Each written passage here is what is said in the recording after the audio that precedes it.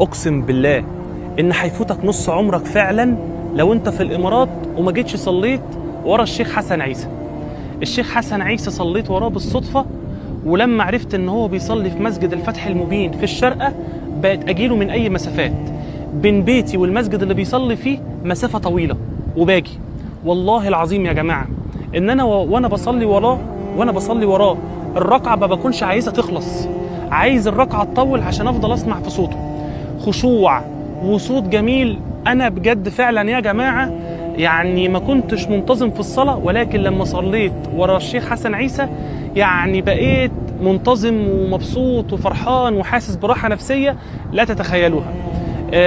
هو بيصلي قيام الليل في مسجد الفتح المبين.